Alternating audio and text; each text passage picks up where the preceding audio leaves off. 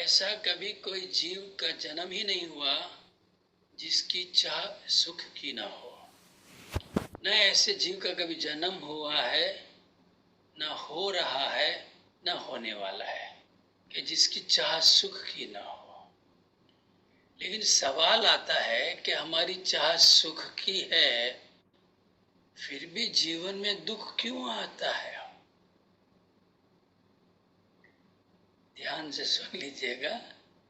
हम सबकी चाह सुख की है, आनंद की है, प्रेम की है, फिर भी जीवन में दुख आ जाता है, नाराजगी आ जाती है, उदासी आ जाती है, अशांति आ जाती है। इस सब के पीछे मन के प्रति की हमारी अज्ञानता है। 5 प्रकार के गुरु होते हैं। एक पहला विद्या गुरु, जो हमें कोई विद्या सिखाते हैं। जैसे कोई हमें भूगोल सिखाता है, वो भूगोल के गुरु हो गए। कोई गणित सिखाते हैं, वो गणित के गुरु हो गए। या कोई हमें क्रिकेट सिखाते हैं, वो क्रिकेट के गुरु हो गए। हमें संगीत सिखाते हैं, वो संगीत के गुरु हो गए।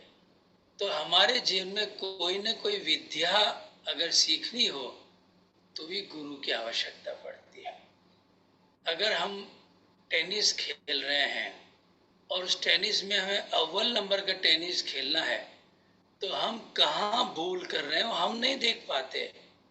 हमारा जो कोच होता है, जिसके पास हम सीख रहे हैं, अंग्रेजी में उसको कोच कहते हैं, संस्कृत में उसको गुरु कहते हैं।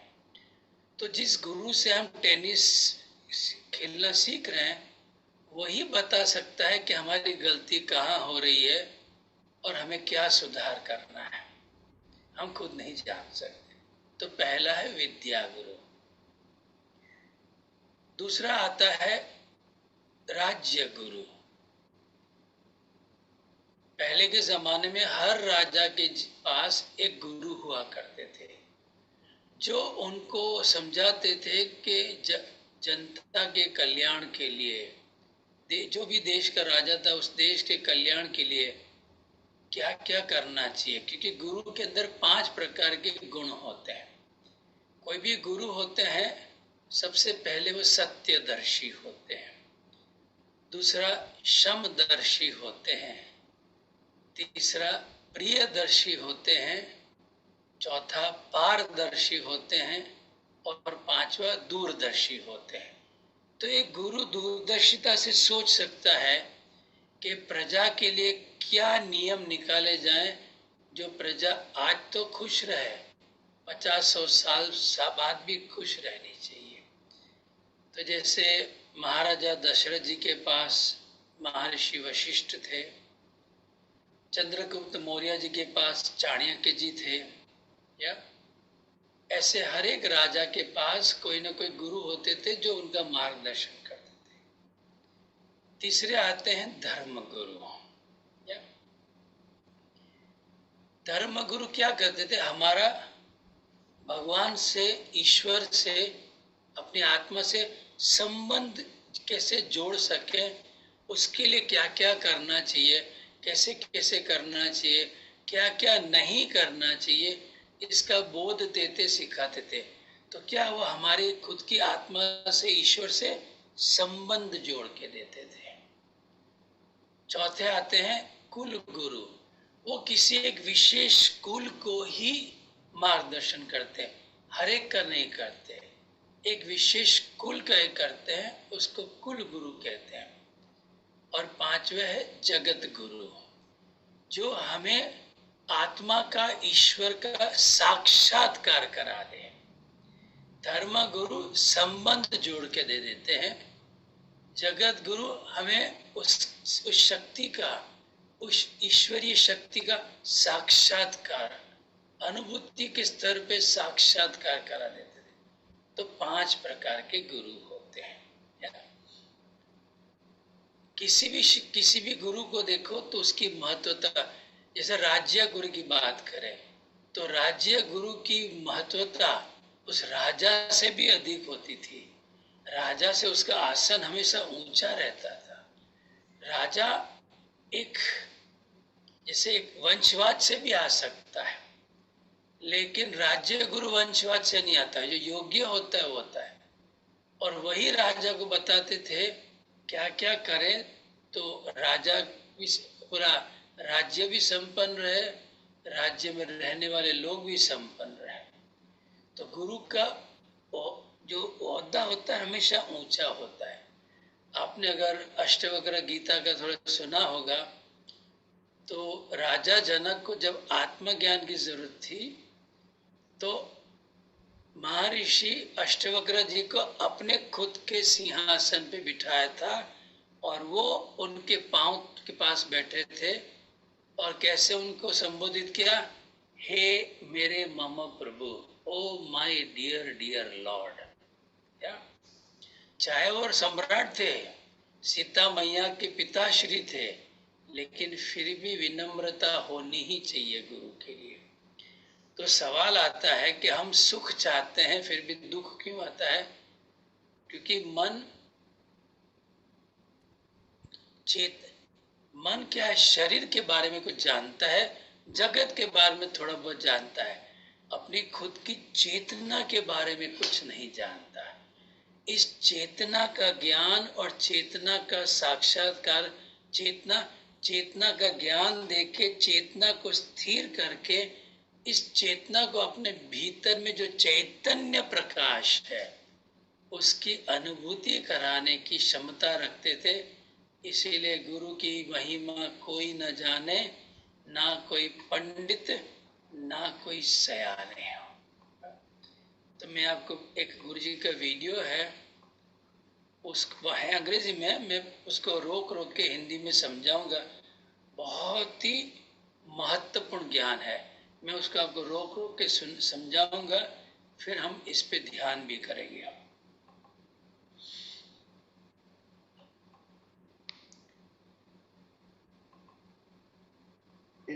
Consciousness.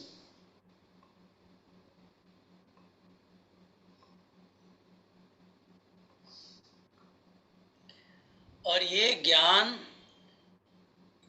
के साथ उस एक होता है ज्ञान देना, वो धर्म गुरु जी का काम है, लेकिन ज्ञान के साथ उसका साक्षात्कार भी कराना ये जगत गुरु का काम होता है। तो गुरुदेव हमको ये ज्ञान भी देते हैं, उसका साक्षात्कार भी करा देते हैं। तो मैं एक एक पॉइंट करके आपको समझाता हूँ। Our consciousness expresses itself in 6 ways. हम शरीर नहीं है, हम चेतना है, कॉन्शियसनेस है। शरीर के भीतर है लेकिन शरीर नहीं है, हम चेतना है, कॉन्शियसनेस है। तो ये चेतना के 6 अलग अलग प्रकार की अभिव्यक्तियां हैं। 6 modes. First is Ichha Shakti, that's desire. तो हमारी चेतना में हम खुश कैसे रह सकें उसकी इच्छाएं उठती रहती हैं। या ऐसा कोई भी व्यक्ति नहीं है जिसके अंदर खुश होने की इच्छा ना उठे, और ऐसा भी कोई व्यक्ति नहीं होगा जिसके अंदर दुखी होने की इच्छा उठे। हर एक व्यक्ति के अंदर खुश होने की इच्छा उठती है, किसी के भी अंदर कि मैं दुखी हो जाऊं ऐसी इच्छा उठती नहीं है। तो हमारी चेतना की पहली अभिव्यक्ति है कि वो खुश होना चाहती है, प्रसन्न रहना चाहती है। Many type of desires arise in the mind. When desires are fulfilled, another desires come. So one after another desires keep coming, and then we get caught up in the whole cycle. And small desires and big desire doesn't matter. A desire is one of the mode. तो चेतना की पहली अभिव्यक्ति है खुशी के लिए इच्छा, और इच्छा उठती रहती है। एक इच्छा पूरी होती है तो उसके बाद दूसरी, दूसरे के बाद तीसरी, उठती रहती है, बंद होती नहीं है।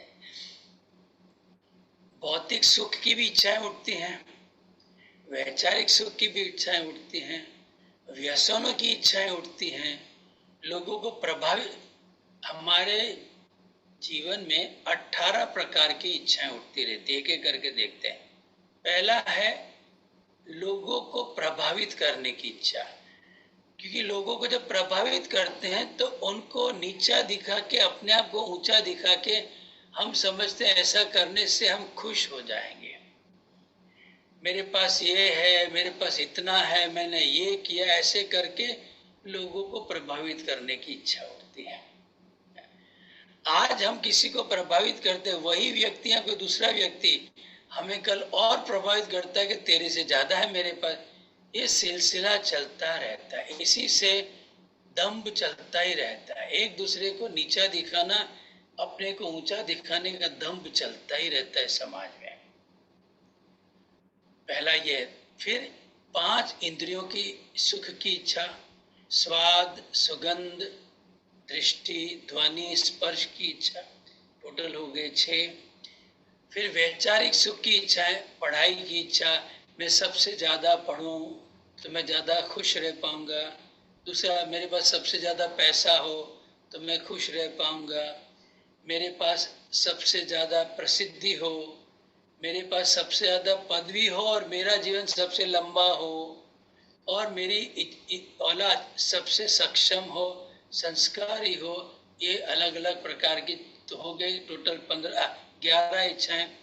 फिर 5 व्यसनों की इच्छा, शराब की, धूम्रपान की, तंबाकू के सेवन की, नशीले द्रव्यों की, रासायनिक द्रव्यों की, हो गए टोटल 16। फिर नींद नहीं आती हो तो दुखी हो जाता है, तो नींद की गोलियों की इच्छा, कि नींद की गोली लेके सो जाऊं तो खुश हो जाऊं। और ये 17 प्रकार की इच्छाओं में व्यक्ति जो परेशान हो जाता है, निष्फल हो जाता है, तो 18वीं इच्छा आत्महत्या करने की इच्छा, कि भाई कम से कम दुख से मुक्ति मिल जाए। सुख तो नहीं मिला, कोई बात नहीं, लेकिन दुख नहीं सहना है, जीवन खत्म कर देते हैं। तो ऐसी 18 प्रकार की इच्छाएं निरंतर उठती रहती हैं, और इस इच्छाओं के कारण हम मोह माया में, बंधनों में फंसते चले जाते हैं। जिसकी इच्छा करते हैं वो पा लेते हैं, तो पहले तो उसका मोह हो जाता है, बंधन हो जाता है, उसमें परिवर्तन आ जाए तो नाराजगी आ जाती है, अपना कर्ता भाव दिख जाए तो उदासी आ जाती है, औरों का कर्ता भाव दिख जाए तो अशांति आ जाती है। ये सिलसिला पूरा जीवन चलता रहता है कि इच्छा शक्ति में व्यक्ति ऐसा अंदर एक चक्रव्यूह में फंस जाता है, और दुखी, दिन प्रतिदिन दुखी भी होता रहता है, लेकिन वो निकल नहीं पाता, उसको एग्जिट नहीं मिलता। कि भाई मैं एक रिंग रोड जैसे सर्कल होता है ना, मैं रिंग रोड, एक सर्कुलर रोड पे फंस गया हूं, लेकिन इसमें से बाहर कैसे निकलूं। या तो पहला है इच्छा शक्ति।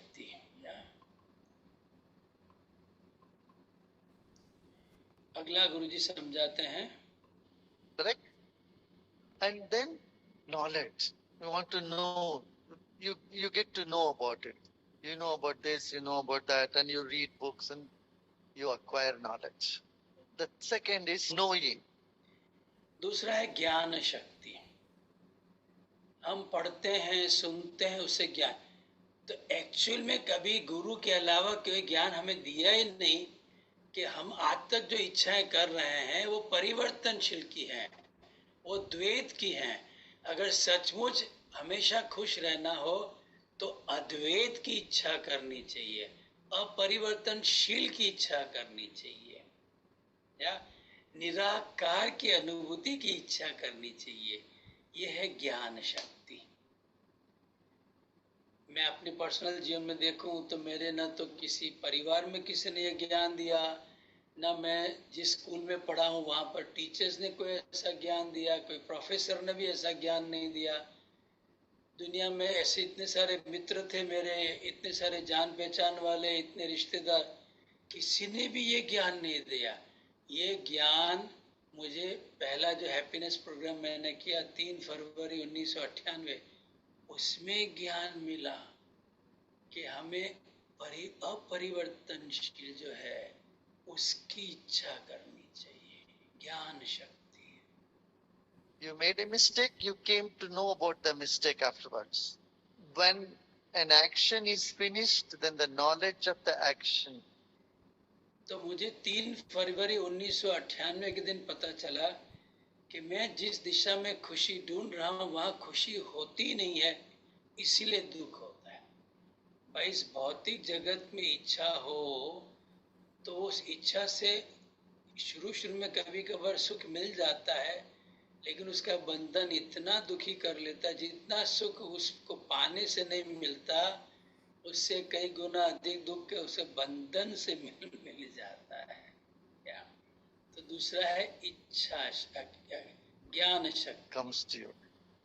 This is the power of knowing, knowledge, Gyan Shakti. Then the third mode is Kriya Shakti, activity.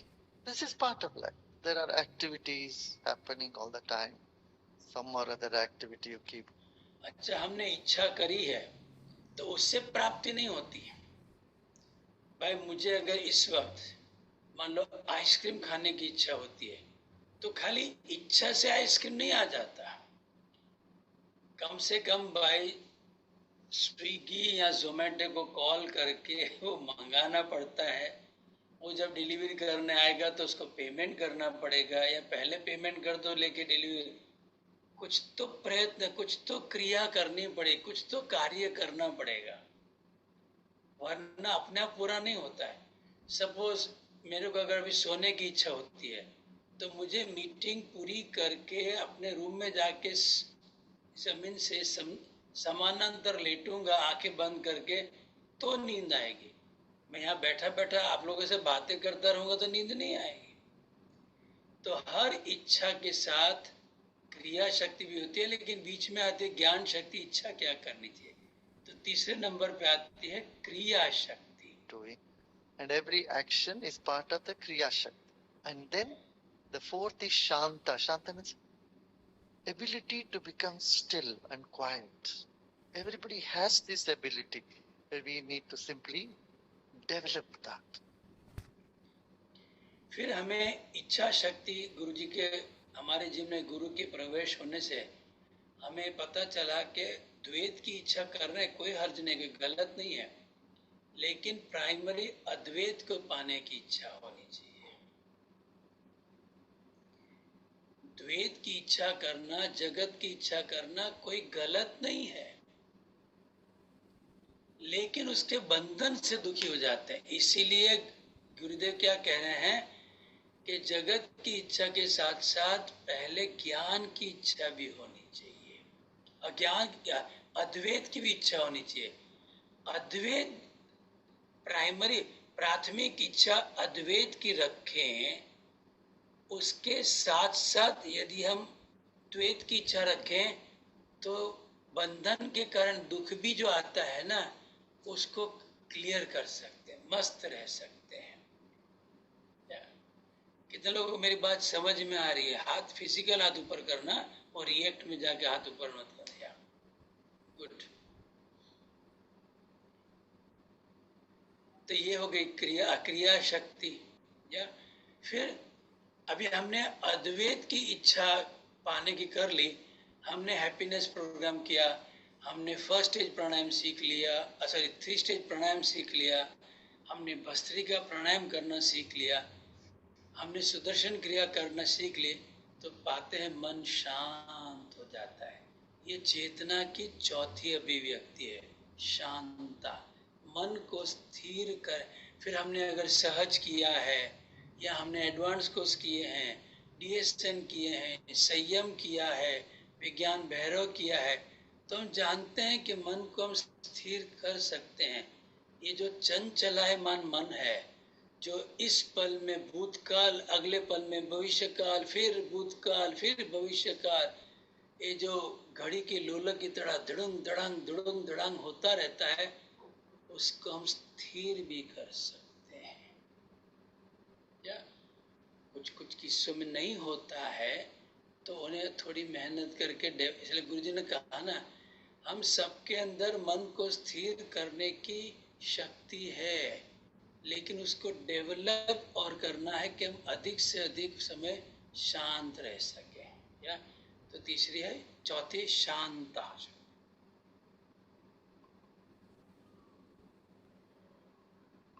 And then there is what is called vimarsha. Vimarsha means understanding. It is not knowledge, but this is judging. Knowledge you get it, then you judge whether it is right or wrong, good or bad. The judge. ज्ञान शक्ति से हम किस दिशा में जाना पता चल गया, लेकिन उस दिशा में जो अनुभूतियां होती हैं उस आधार पर और आगे बढ़ना। जैसे हम शरीर के अंदर देखते हैं तो साइंस में क्या पढ़े हैं, हम बायोलॉजी में क्या पढ़े हैं, शरीर में 206 हड्डियां होती हैं, 206 हड्डियां 360 जोड़ बनाती हैं, लाखों की संख्या में नाड़ियां हैं, मांसपेशियां हैं, हृदय है, फेफड़े हैं, जिगर है, ऐसे अलग अलग अंगों के बारे में देखा है। तो ये तो हम बायोलॉजी में जानते हैं, लेकिन जब ध्यान करके देखते हैं तो ऐसा अंदर कुछ भी नहीं है। पूरा शरीर आकाश ही आकाश है, आकाश ही आकाश है, और ये आकाश अपरिवर्तनशील है।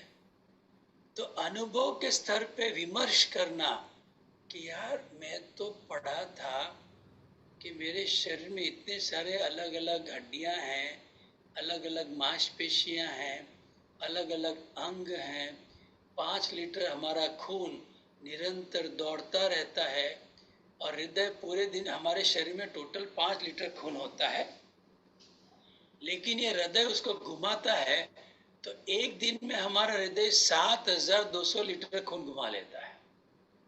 ऐसा पंप है कि वो धड़कता रहता है, धड़कने से खून को धक्का लगाता है, फिर फूलता है तो नया खून आ जाता है, उसको धक्का लगाता है, ऐसे करके पूरे दिन में 7200 लीटर खून घुमा लेता है।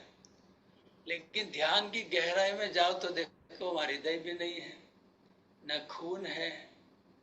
भाई हमारा शरीर 7 धातुओं से बना है, रस प्लाज्मा, रक्त ब्लड, मांस मसल्स, मेद चर्बी, अस्थि हड्डियां, मेद मज्जा बोन मैरो हड्डियों के अंदर, और शुक्र जीन्स। हमारे शरीर में 7 प्रकार के धातु हैं, लेकिन ध्यान की गहराई में जाके देखो तो वह धातु तो कुछ नहीं होता है, सिर्फ आकाश ही आकाश है। या ये कैसे पता चलता है? विमर्श से, विवेक से। इसलिए हम देखा ना, किसी भी विषय पे हम चर्चा करते तो क्या है, चलो बैठ के विचार विमर्श करते हैं, समझते हैं जीवन क्या है। जैसे अभी भी हम कर रहे हैं, तो ये इस वक्त तो एक तरफा विचार विमर्श है।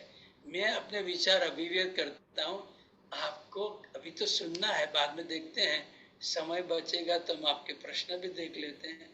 तो ये विमर्श है, कुछ अनुभव पर जाना। ज्ञान मतलब क्या पाना, और वो पा रहे हैं कि नहीं पा रहे हैं, वो विमर्श हो गया।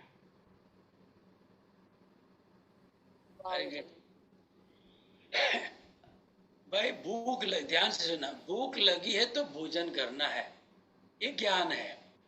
लेकिन जो मैं खा रहा हूँ वो नमकीन है, मीठा है, या क्या उसका स्वाद है, ये विमर्श हो गया। भाई इसमें नमक कम है, नमक ज्यादा है, ये ज्यादा मीठा है, ये कम मीठा है, ये सब जानकर ये विमर्श कहते हैं, जजिंग, अंडरस्टैंडिंग।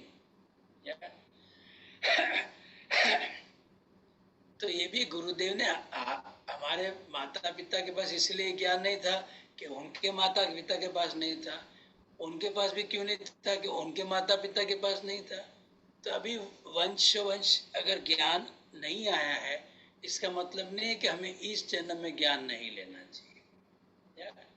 तभी तक क्या देखा हमने? इच्छा शक्ति, ज्ञान शक्ति, क्रिया शक्ति, शांता शक्ति, विमर्श शक्ति। अगले पे जाते हैं, अंतिम।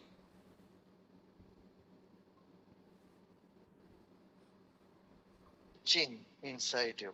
analysis and judgment. That is also. और गुरुजी ने क्लियर बताया, इनसाइड यू मतलब अपने भीतर है वो। एक मिनट सुन लेते वापस। On good or bad, the judging inside you. The judging inside you. Analysis and judgment. That is also power. And then the final one is prakash, means presence, just like. So in yajnas, all these 6 powers are finding its fulfillment. See,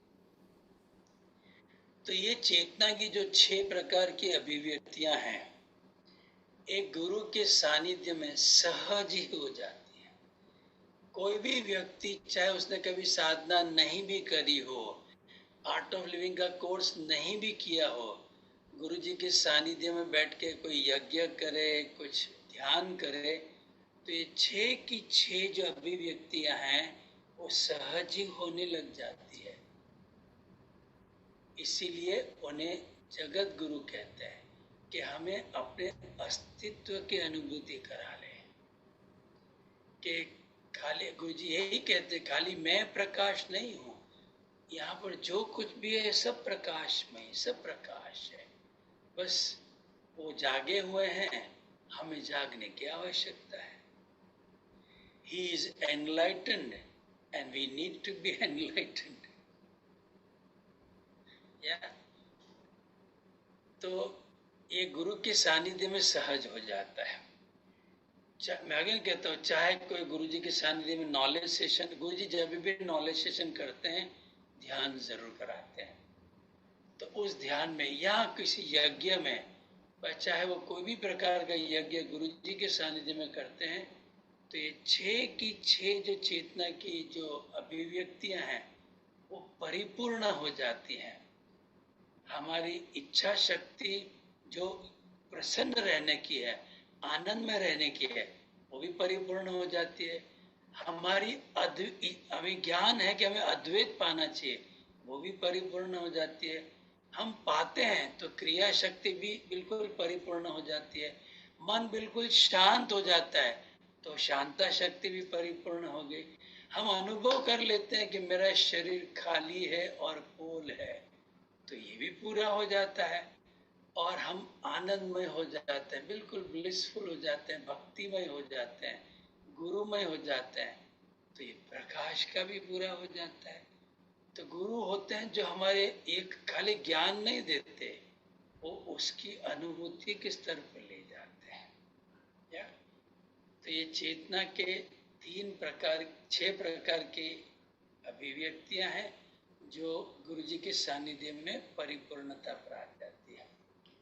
तो ये आज का session इसलिए लिया है कि आज अगर आप गुरु जी का सानिध्य जितना हो सके ज़्यादा से ज़्यादा मानना चाहिए। अगर मैं ये नहीं कहता हूँ कि बस घर बार छोड़ के उनके साथ ही यात्रा करते हो, मैं ये नहीं कह रहा हूँ। हमें लौकिक जिम्मेदारियां भी हैं, लेकिन अपनी व्यक्तिगत स्वधर्म की जिम्मेदारियां हैं।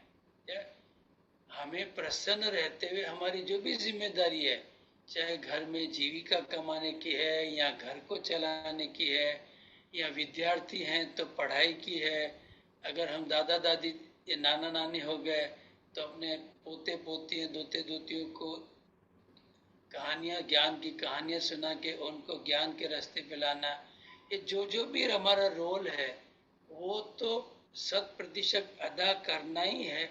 लेकिन जो भगवान श्री कृष्ण ने पहला बताया स्वधर्म, कि अपने भीतर के प्रकाश की अनुभूति की ओर भी जाना है। इसीलिए अपनी संस्कृति में एक जीवन को 4 आश्रमों में बांट दिया गया है।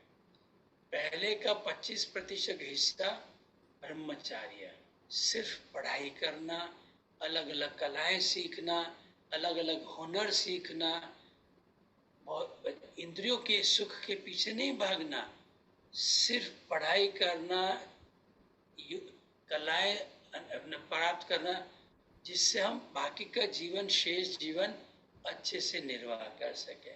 फिर उसके बाद का 25% गृहस्थ जीवन, शादी करके जो भी इंद्रियों के सुख है, 5 सुख को एंजॉय करना। फिर उसके बाद का 1/4 हिस्सा वानप्रस्थ आश्रम कि धीरे धीरे अपनी जिम्मेदारियां, अपने अगले वंश को धीरे धीरे संभलाते रहना और अपनी जिम्मेदारी से मुक्त होकर थोड़ी समाज की जिम्मेदारी लेना। भाई अपना जो अगला वंश है, अपने बच्चे हैं, वो तब तक, हम तब तक 50 साल के हो जाते हैं, तो बच्चे भी 20-25 साल के हो जाते हैं। तो धीरे धीरे अपनी जिम्मेदारियां उनके कंधों पे संभला के अपने आप को थोड़ा समाज की ओर या अपने बच्चों की ओर थोड़ा बहुत ध्यान जाना चाहिए। और आखिरी 1/4 हिस्सा सिर्फ और सिर्फ अपने भीतर की शांता, विमर्श और प्रकाश के साथ बिताना चाहिए, जिसको कहते हैं संन्यास आश्रम। तो ब्रह्मचार्य आश्रम, गृहस्थ आश्रम, वानप्रस्थ आश्रम, संन्यास, ये खाली जीवन में के लिए नहीं है, रोजाना के लिए है। सुबह में उठते हैं तो थोड़ा मौन रहना चाहिए, अपनी पूरी दिनचर्या पूरी करनी चाहिए, या और जब साधना बाधना करके जब ब्रेकफास्ट टेबल पे आके बैठते हैं नाश्ते के लिए, या जिस भी तरीके से हम नाश्ता करते हैं, जब नाश्ता करने आते हैं तभी थोड़ी बहुत बात करनी चाहिए। तो ये हो गया ब्रह्मचार्य आश्रम। फिर हम जीविका कमाने के लिए जाते हैं। भाई विद्यार्थी पढ़ाई के लिए जाएगा, जीविका कमाने वाला जीविका कमाने जाएगा, गृहिणी घर का काम करेंगे, कपड़े धोने हैं, बर्तन धोने हैं, वटेवर जो भी खाना बनाना है वो। तो ये हो गया गृहस्थ आश्रम। शाम को जब घर लौटते हैं तो थोड़ा ध्यान व्यान करके हम समाज के लिए कैसे उपयोगी हो सकते हैं, अपने पोते पोतियों के लिए, दोते दोतियों के लिए कैसे उपयोगी हो सकते हैं। तो ये शाम का समय वानप्रस्थ आश्रम हो गया। और फिर भोजन करने के बाद थोड़ा अपने साथ बैठ के विमर्श करके उस प्रकाश के साथ बैठना चाहिए, इसको हो गया संन्यास आश्रम। तो क्या पूरा दिन भी मस्ती से जाता है, नींद भी अच्छी आती है, दिन प्रतिदिन हृदय खुलता जाता है, जीवन निखरता जाता है।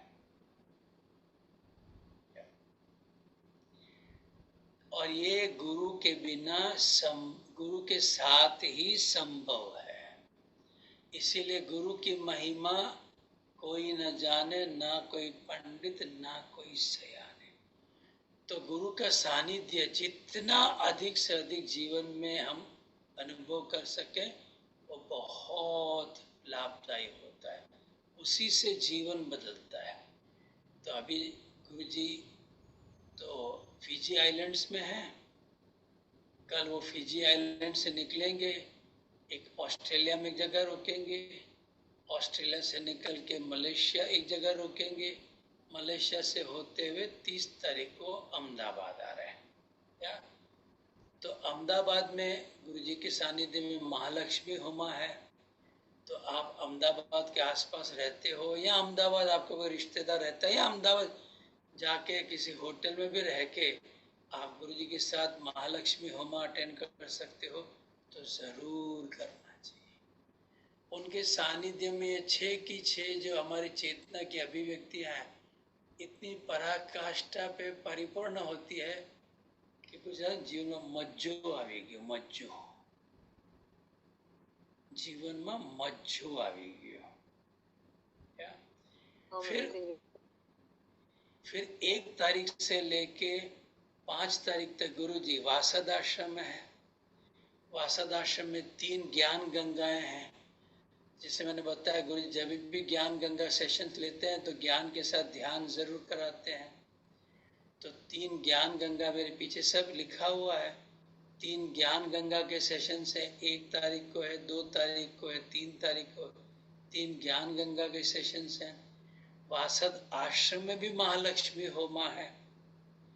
फिर वासद आश्रम में भी गोवर्धन पूजा और चोपड़ा, गोवर्धन पूजा, अन्नकूट और चोपड़ा पूजन है। और सोमवार सुबह को रुद्र पूजा है। या एक एडवांस कोर्स है जिसमें सिर्फ 5 सीट्स खाली है। तो एडवांस कोर्स में तो हो बोनांजा है, बोनांजा। एक तो 6 दिन वासद आश्रम में रहने का एक अनुपम मौका। मान लो वासद आश्रम में की जगह खाली नहीं है, तो पास में 10 मिनट दूरी पे एक रिसोर्ट में 2-3 जगहें खाली हैं, तो रात को खाली सोने के लिए रिसोर्ट में जाना है, दिन में तो पूरा दम आश्रम गोकुल हॉल में करना है। तो 5 दिन का एडवांस कोर्स, वाओ, 5 दिन का एडवांस कोर्स। उसमें एडवांस कोर्स में 3 ज्ञान गंगा के सेशंस कॉम्प्लीमेंट्री, जिसमें गुरु जी ज्ञान की बातें करेंगे, ध्यान कराएंगे। तो ऐसे 3 सेशन, 1 तारीख को, 2 तारीख को और 3 तारीख को 3 ज्ञान के सेशन कॉम्प्लीमेंट्री है। महालक्ष्मी होमा, गोवर्धन पूजा, अन्नकूट और तीसरा रुद्र पूजा, उसमें हमारा पूरा एक जो विशेष संकल्प के जो एनक्लोजर है उसमें हमारा सिटिंग होगा, वो भी कॉम्प्लीमेंट्री है। या और एक दिन गुरुजी एडवांस को उसमें पर्सनली ध्यान कराने आएंगे, वह कॉम्प्लीमेंट्री है। और 4 तारीख को गुरुजी हमें खास एडवांस कोर्स पार्टी से, खाली एडवांस कोर्स पार्टी से उनको दर्शन लाइन के लिए आएंगे, तो हमें लाइन में सबको दर्शन देंगे, हमसे मिलेंगे, कुछ पूछेंगे, आशीर्वाद देंगे। इतना सारा गुरु का सानिध्य। तो गुरु के साथ 4 चीजें होती हैं। गुरु मतलब सहारूपिया, जो आपको ये 6 के 6 अभिव्यक्ति को परिपूर्णता से परिपूर्ण करके अनुभव कराए, तो वो हो गए सहारूपिया। ये तभी हो सकता है, जस्ट अ मिनट,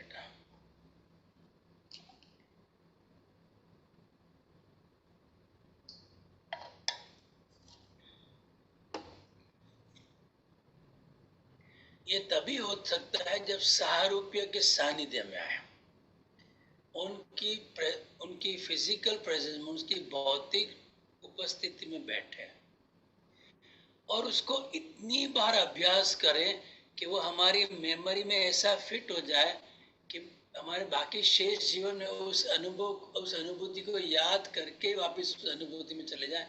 इसको कहते हैं गुरु सामीप्य, गुरु सहारूप्य, गुरु सानिध्य, गुरु सामीप्य।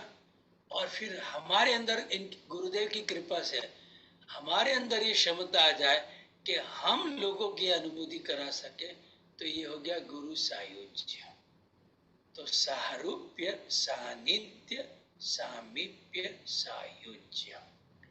तो मैं तो आप सबको कहूंगा तो कम से कम एकाध इवेंट में तो आके भाग ले लेना, चाहे ज्ञान गंगा में, चाहे यज्ञ में, चाहे पूजा में, कहीं भी आके आप भाग। और सूरत में रहने वाले हो तो सूरत में तो गुरुजी 3 तारीख को आने वाले हैं, दोपहर में आशीर्वाद महोत्सव है, तो आप आशीर्वाद महोत्सव में भी, आशीर्वाद महोत्सव में गुरुजी सबको आशीर्वाद देंगे, लेकिन दर्शन लाइन नहीं होगी।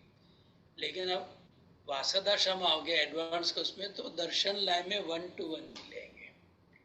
तो ये हमारी चेतना की जो 6 प्रकार की उसकी जो अभिव्यक्तियां हैं, वो परिपूर्ण उनके सानिध्य में होती हैं। या और सबसे अलौकिक है वो प्रकाशमय चैतन्य की जो अनुभूति होते हैं ना, वो करना बहुत सुंदर है। तो अभी हम थोड़ा ध्यान कर लेते हैं, फिर देखते हैं कुछ समय होगा तो आपके साथ कुछ बात कर लेंगे या आपके कुछ प्रश्नों को देख लेते हैं। तो आराम से बैठ जाए पहले।